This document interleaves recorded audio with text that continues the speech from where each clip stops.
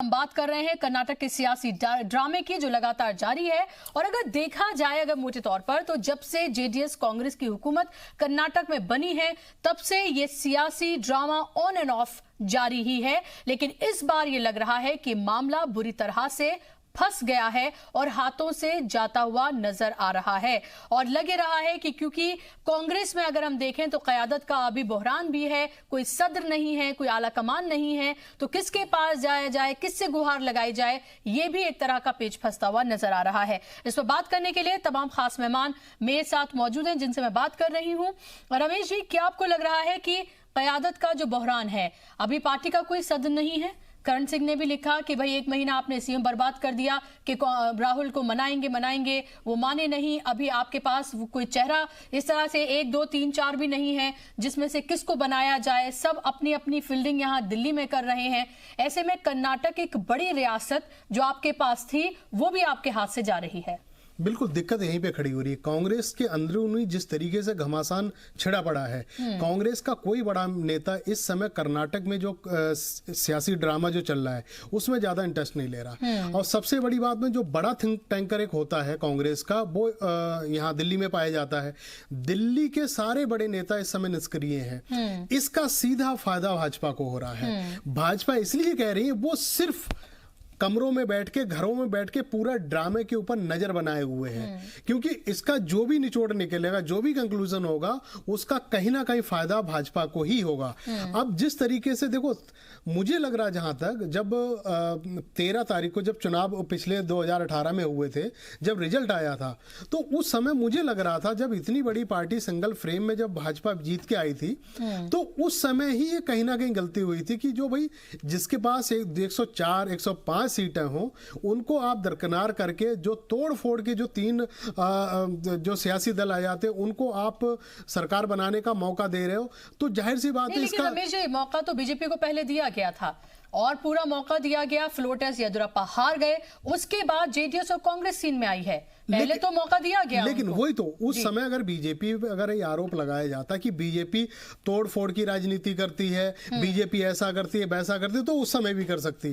लेकिन कमोबेश उस समय कोशिश तो रमेश जी पूरी की गई थी, लेकिन जेडीएस को कांग्रेस ने एक ऐसी लॉलीपॉप दे दी थी कि उसके एमएलएज कहीं इधर उधर हिलने के लिए तैयार ही नहीं थे। नहीं, वही तो नहीं, वो कुछ चीजें बाहर निकल के नहीं आ पाती हैं। जो कोशिशें हुई थी वो दोनों तरफ से हुई थी। एक का पलड़ा भारी था, एक का थोड़ा झुका हुआ था।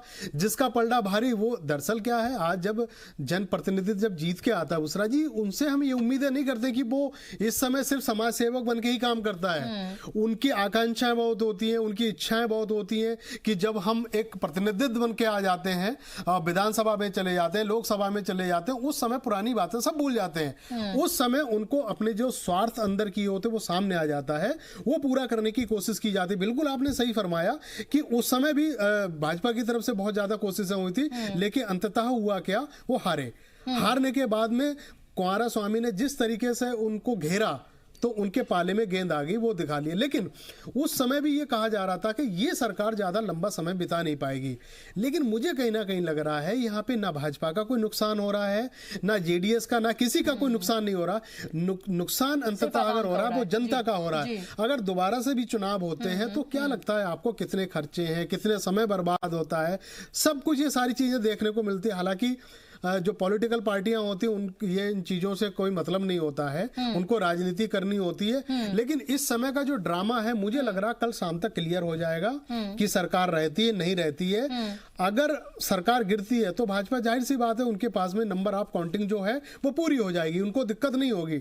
अगर कहीं पे दिक्कत होगी फिर वही पासा फेंका जाएगा, भाई कुछ उनके विधायक तोड़े जाओ। तो इस तरह की कोशिशें अंदर खाने अब भी शुरू हो गई हैं। अभी आपको लगता है विवेकानंद जी के सुप्रीम कोर्ट क्या कुछ कहता है, उसका इंतजार करना चाहिए? क्योंकि लगे रहा है, ऐसी उम्मीद पहले भी थी कि कोर्ट का दरवाजा खटखटा सकते हैं एमएलएज, उन्होंने वही किया है, सुप्रीम कोर्ट का रुख किया है और ये कहा है 10 एमएलएज ने 13 में से कि दरअसल जो स्पीकर हैं वो अपने पद की गरिमा को नहीं रख रहे हैं और वो नियमों का हवाला देकर ये कहा गया है कि 13 में से जो 8 एमएलएज थे उन्होंने रूल्स के हिसाब से इस्तीफा नहीं दिया है और 12 और 13 तारीख का वक्त जो है वो दिया गया है 5 एमएलएज को। तो आपको लग रहा है कल तस्वीर लगभग साफ हो जाएगी, सुप्रीम कोर्ट क्या कहता है, क्या वाकई में वो इंटरवीन करता है इस पूरे मामले में?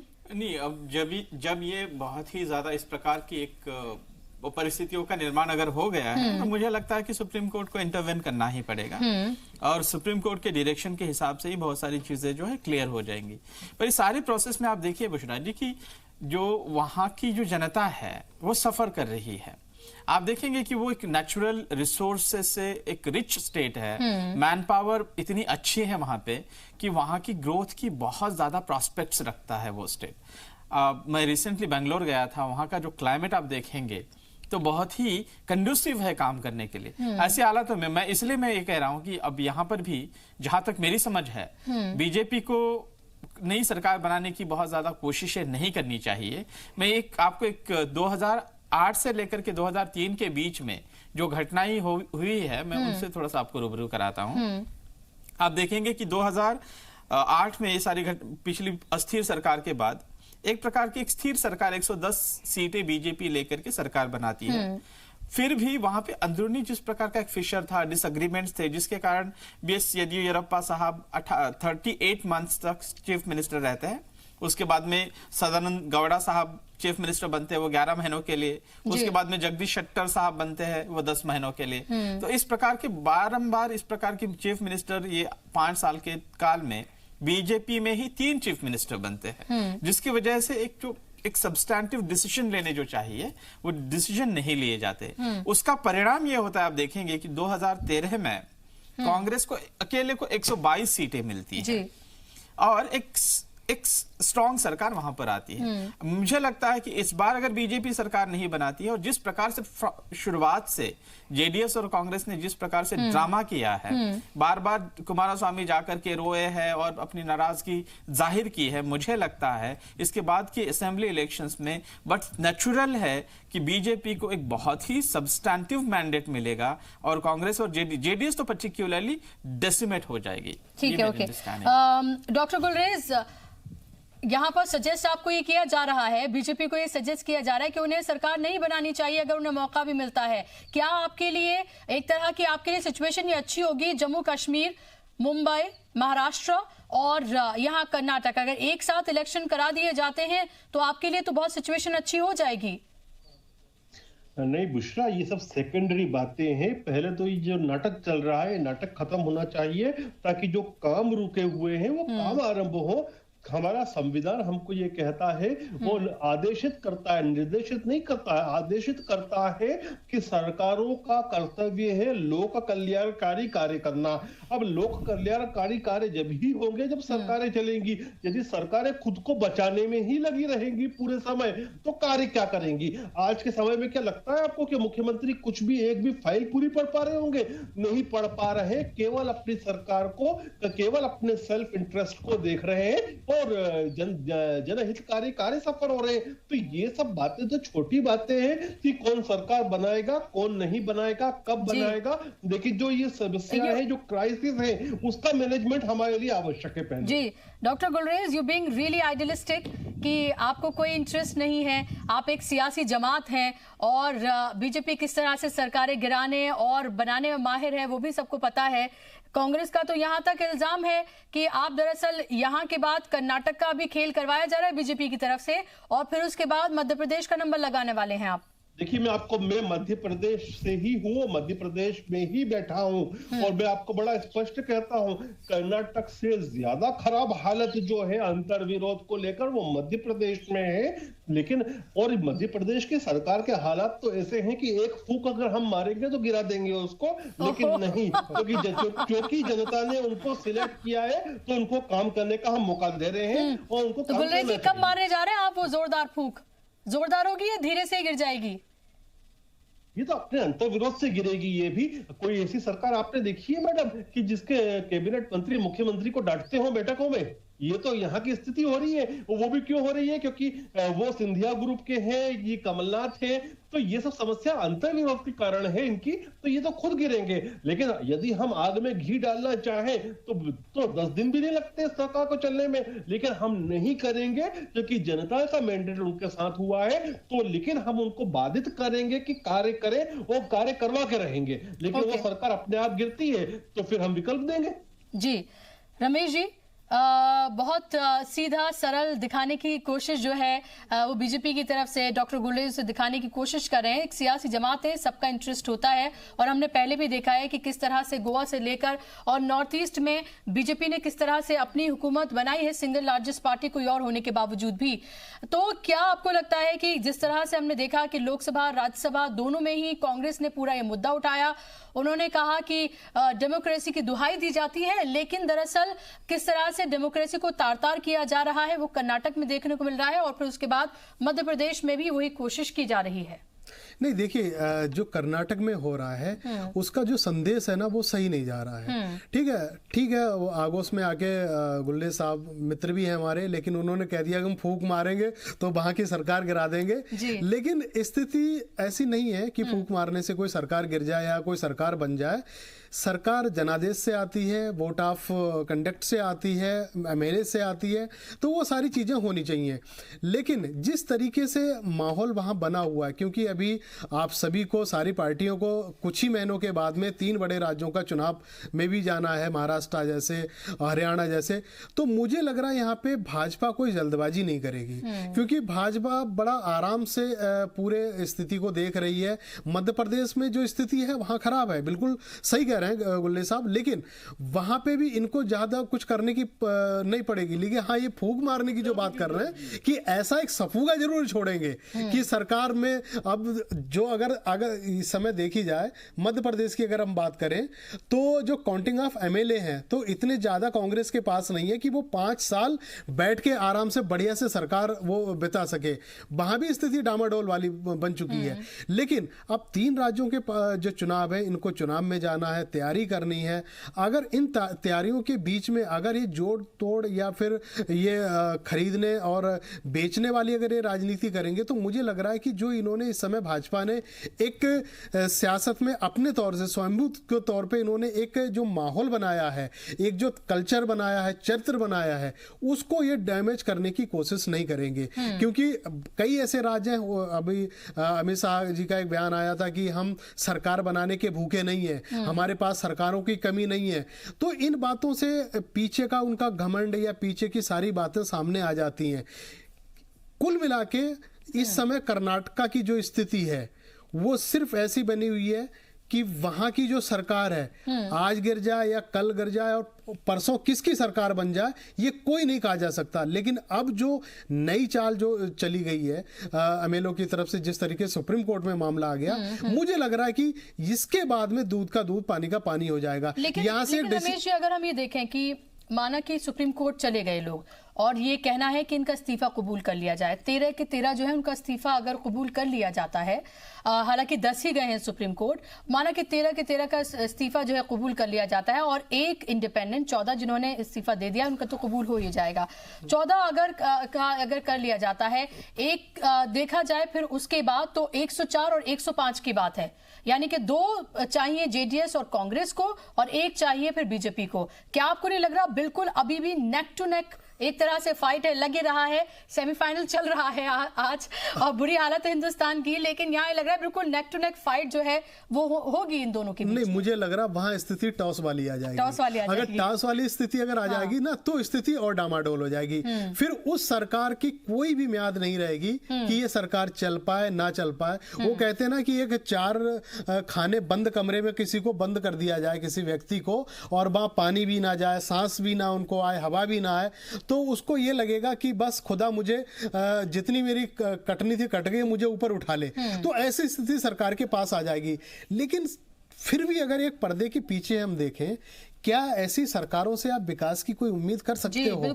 गुलरेज जी ने बहुत अच्छी बात बताई, जो 1 साल इन लोगों ने काटा है तो 1 साल इन लोगों ने इसी तरीके से काटा कि हमारी सरकार बची रहे, हम बचे रहें, हमारी सरकार ना गिरे। जब ऐसी स्थिति अब आपके सामने हो तो मुझे नहीं लग रहा कि आप विकास के या जनहित के कोई काम कर सके हो। अगर इसके बाद में सुप्रीम कोर्ट में अगर इन सारे विधायकों को जिन्होंने इस्तीफा देने की बात कही है, इस्तीफे अगर इनके स्वीकार हो जाते हैं तो बुसरा जी उसके बाद स्थिति और खराब होने वाली है। तो मैंने पहले अभी सेगमेंट में बताया कि इस समय स्थिति यही है, आप विधानसभा को भंग करें, इसमें अगर सीएम साहब अगर आगे बढ़ के कोई पहल नहीं करते हैं तो इस समय भूमिका जो आ जाती है राज्यपाल की आ जाती है। इतनी मॉरलिटी की क्या एक्सपेक्टेशंस हम किसी भी सियासी पार्टी, सियासी लीडर से फिलहाल जिस तरह की सियासत होती है बिल्कुल भी नहीं कर सकते हैं। सबको सत्ता चाहिए, सब सत्ता के भूखे हैं।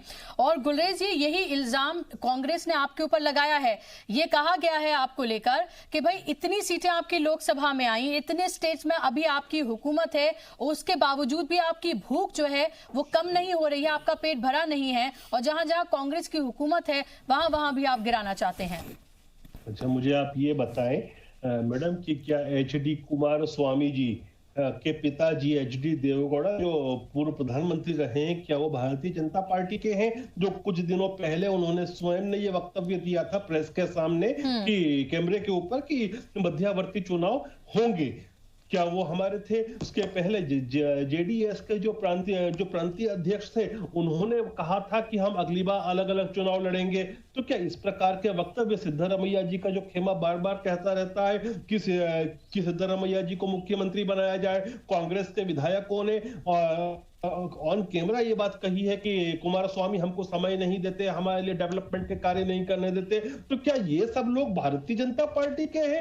ये तो खुद जेडीएस के और कांग्रेस के लोग हैं। तो आप हमारे ऊपर दोषारोपण क्यों कर रहे हैं? ऐसे ही दूसरे प्रांतों की भी आप बात कर रहे हैं कि दूसरे प्रांतों की सरकार गिराना चाहते हैं। तो सिंधिया गुट के जो कैबिनेट मंत्री कमलनाथ जी से कैबिनेट की बैठक पर बदतमीजी करते हैं, क्या वो भारतीय जनता पार्टी के हैं? इसका मतलब तो ये हुआ कि खुद देवेगौड़ा जो है वो भाजपा के हैं, सिंधिया जी भाजपा के हैं। ऐसा नहीं होता ना, ये सब तो इनके अंतर विरोध की वजह से मर रहे हैं।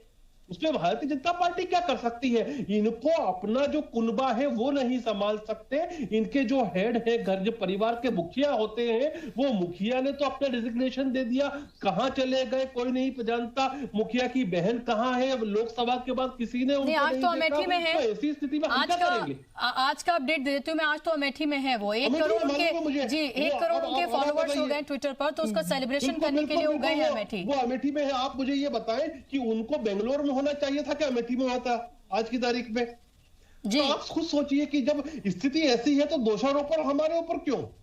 नहीं, जाहिर सी बात है, कांग्रेस तो जो उसने किया है वो उसी का भुगत रही है, और जो बीजेपी की जो तत्परता है तमाम चीजों को लेकर उसका फायदा आपको मिल ही रहा है। जाहिर सी बात है, आपकी कामयाबी से ज्यादा जो कांग्रेस की नाअहली है उसका फायदा आपको ज्यादा मिल रहा है। ये तो ईश्वरीय कर्म चक्र है कि जो मेहनत करता है, परिश्रम करता है, उसको उसका परिणाम मिलता है। हम परिश्रम करते हैं, ये लोग एयर कंडीशन कमरों में बैठते हैं। अभी मैं आपको बताऊं, हमारे यहाँ लाइट गई हुई है, मध्य प्रदेश में रहते हैं, अब हमारे यहाँ तो लाइट आती नहीं है। जब से इनकी सरकार आई, हम बाहर बैठ के भी डिबेट कर रहे हैं, गर्मी हो रही।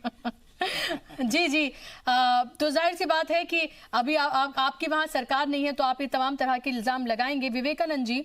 लेकिन आपने देखा है कि कर्नाटक की अगर हम खासतौर पर बात करते हैं तो इस मामले में बड़ा बदकिस्मत ये स्टेट रहा है। बहुत ही कम वहां पर ऐसा देखने को मिला है कि स्टेबल हुकूमत रही और वहां पर वो 5 साल बिना किसी इस तरह के ड्रामे के वो चली हो। बीजेपी की ही हुकूमत बनी थी जब हमने कहा कि फुल फ्लेज हुकूमत वहां पर आई है, उसके बाद भी हमने कई सियासी ड्रामे देखे और अब फिर से वही देखने को मिल रहा है। बिल्कुल सही कहा बुशरा जी आपने। मैं पिछली बार भी जब कह रहा था कि 2004 के बाद धर्म सिंह की सरकार 20 महीनों की होती है, फिर कुमारस्वामी की सरकार 20 महीनों की होती है, फिर बाद में राष्ट्रपति एक प्रेसिडेंट्स रूल शुरू हो जाता है वहां पर, और फिर बाद में क्या होता है कि वो सरकार ढह जाती है और नई सरकार बनती है। आप देखेंगे बीजेपी की सरकार आने के बाद भी एक अस्थिरता का माहौल बनता है और 5 साल में वो 60 महीनों के अंतराल में 3 चीफ मिनिस्टर बनते हैं। और चूंकि वहां पे भी बहुत सारा एक अस्थिरता का माहौल था, इसलिए कोई सकारात्मक निर्णय नहीं लिए जाते।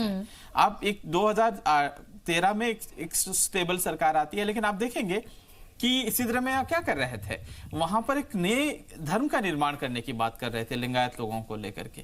एक धर्म के बीच में, लोगों के बीच में एक फिशर बना करके, एक डिविजन्स बना करके वो एक नए प्रकार के कुछ लोगों में फंसाने की बात कर रहे थे, जिसका जिसकी वजह से क्या हुआ कि उनके 120 जो सीटें थी वो सीधे उतर करके उनकी सीटें सिर्फ कितना 79 सीटें आ गई। ये इस प्रकार का जो माहौल है, अभी आप देखेंगे कि ये जो अलायंस बना था वो स्वाभाविक अलायंस था नहीं। आप अपने एक ऑपर्चुनिस्टिक वो संधि वो क्या है कि मौका परस्त अलायंस था, वो कुछ बहुत ज्यादा समय तक चलने वाला नहीं था। इसलिए मुझे लगता है कि इसके बाद में भी अगर परिस्थितियां सामान्य हो जाती है और वो सरकार कायम रहती है, फिर भी 5 सालों में आने वाले समय तक कोई भी एक स्थिर सरकार का वहां पर निर्माण नहीं होगा, लोगों के लिए अच्छे कार्य नहीं होंगे। इसलिए मुझे लगता है कि ये जो असेंबली का डिसॉल्व होना चाहिए। मैं एक लास्ट में बात कहूंगा कि 2019 की जो इलेक्शंस हो गए, कुमारस्वामी क्यों सत्ता पर बहुत कब्जा बनाए हुए हैं, वो क्या है चिपके हुए हैं, वो छोड़ना क्यों नहीं चाहते हैं? क्योंकि उनका कंप्लीटली डेसिमेशन हो गया है 2019 के ये जनरल इलेक्शंस में। आप देखेंगे एचडी देवगौड़ा साहब खुद इलेक्शन हारे हुए हैं। उनका एक कुमारस्वामी के जो बेटे हैं निखिल गौड़ा, वो हारे हुए हैं। सिर्फ वो जो रेवन्ना के बेटे हैं प्रज्वल रेवन्ना, वे सिर्फ जीते हुए हैं। अब आने वाले अगर यहाँ पर असेंबली रिजॉल्व होती है और नया इलेक्शन होता है, तो आप सोचेंगे कि ये गौड़ा फैमिली की क्या हालतें होंगी, क्योंकि ये फैमिली बेस्ड पार्टी है। आप देखेंगे कुमारस्वामी, उनकी बीवी अनीता जी और उसके बाद में उनके भाई रेवन्ना, ये सारी प्रकार के वो अपना पूरा कब्जा बनाए हुए हैं। ये पूरी फैमिली का जो कब्जा है टूट जाएगा, लोग उनको भगा देंगे। इसलिए वो नहीं चाहते हैं कि ये असेंबली डिसॉल्व हो। वो चाहते हैं कि वो सिद्धरामैया और इनके बीच में जो संघर्ष चल रहा है, कैसे ना कैसे नए लोगों को साथ में लेकर के यही सरकार बनी रहे। अब इनकी सत्ता तो बनी रहेगी, लेकिन लोगों की जो तकलीफें आने वाले समय तक होगी वो बहुत ही मुझे विवेकानंद जी, मुझे लग रहा कहीं ना कहीं इन सारी चीजों को देख के वहां की जनता को एक सबक लेना चाहिए, क्योंकि जिस तरीके से क्लियर मैंडेट दो, कम से कम एक सरकार आ रही है, 3 उसमें सीएम बन रहे हैं, 10 महीने बाद सरकार गिर रही है, फिर उसके बाद में विकास कार्य सब रुके हुए हैं। तो मुझे लग रहा है ये बहुत अच्छी पिक्चर है बात जनता के लिए। एमएलए जो है वो तो अपने बचाने में लगे हैं, मुझे वजीर बना दो, मुझे वजीर बना दो, कोई फर्क नहीं पड़ता, उन पे कोई फर्क नहीं पड़ता है। अब बनेंगे तो भी फायदा, नहीं बनेंगे तो भी फायदा है, ठीक है, उन पे कोई फर्क नहीं पड़ता। लेकिन फर्क जिसको पड़ेगा उनको सीख लेनी चाहिए मेरे ख्याल से। बिल्कुल, रमेश जी ने जैसे कहा था कि इस प्रकार के सत्ता परस्त लोग जो है, मौका परस्त लोग जो है, वो कभी भी जनता के हितों के बारे में नहीं सोचेंगे। इसलिए जनता को आवश्यक है कि वो एक सब्सटैंटिव मैंडेट। रमेश जी, लेकिन क्या आपको लगता है अभी जो सिचुएशन है, अभी एक तरह से कांग्रेस एक तरह से डेस्परेट थी, वो आगे बढ़ी, इससे पहले जेडीएस को पता तक भी नहीं था, उसके बाद ये पता चला कि दरअसल कांग्रेस ने उसे सपोर्ट देने का ऐलान कर दिया है और कुमारस्वामी के नाम पर भी उन्हें कोई प्रॉब्लम नहीं है, तमाम चीजें हो गई, हुकूमत बन गई।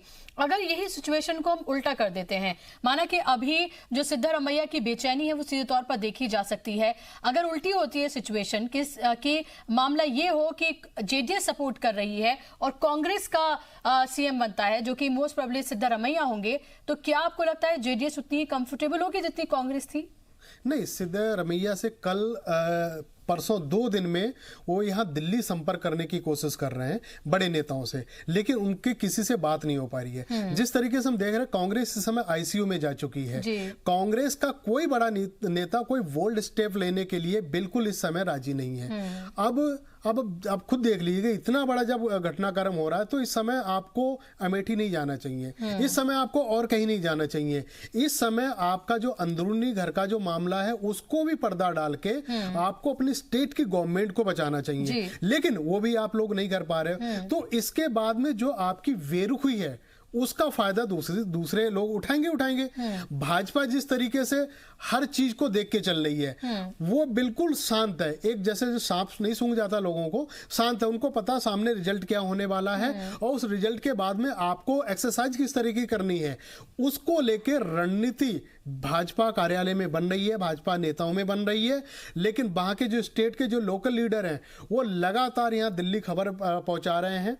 इनकी जो रणनीति है वो लगातार बन पा रही है, लेकिन जिनके हाथ से सत्ता जा रही है, जिनके हाथ से सब कुछ जा रहा है, राम मिला ना खुदा मिला वो वाली स्थिति है, लेकिन उनको बेपरवाह है। अब वो सी बात है, इसका सीधा फायदा जो है बीजेपी को मिल रहा है, उनके अपने इतने करने का नहीं बल्कि कांग्रेस के ना करने का ज्यादा फायदा सीधे तौर पर मिला है, क्योंकि लोगों के पास जो है ऑप्शन सिर्फ एक सीधे तौर पर नजर आ रहा है और वो बीजेपी है। मैं आपके पास आ रही हूँ विवेकानंद जी। डॉक्टर गुलरेज, अगर ये गिवन सिचुएशन होती है कि जेडीएस आपको सपोर्ट करने के लिए तैयार है, तो क्या आप जेडीएस के साथ मिलकर हुकूमत बनाएंगे?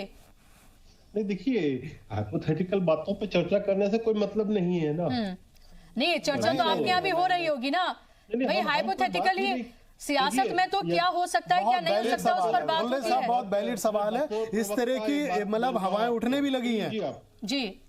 नहीं, क्योंकि वो तो आपके साथ पहले भी रह चुके हैं, उनको कोई बहुत ज्यादा परहेज नहीं होगा आपके साथ जाने में। मैं बतौर प्रवक्ता एक बात कह रहा हूं कि अभी तक ऐसी कोई बात ही नहीं हुई है, तो मैं कैसे टिप्पणी कर दूं?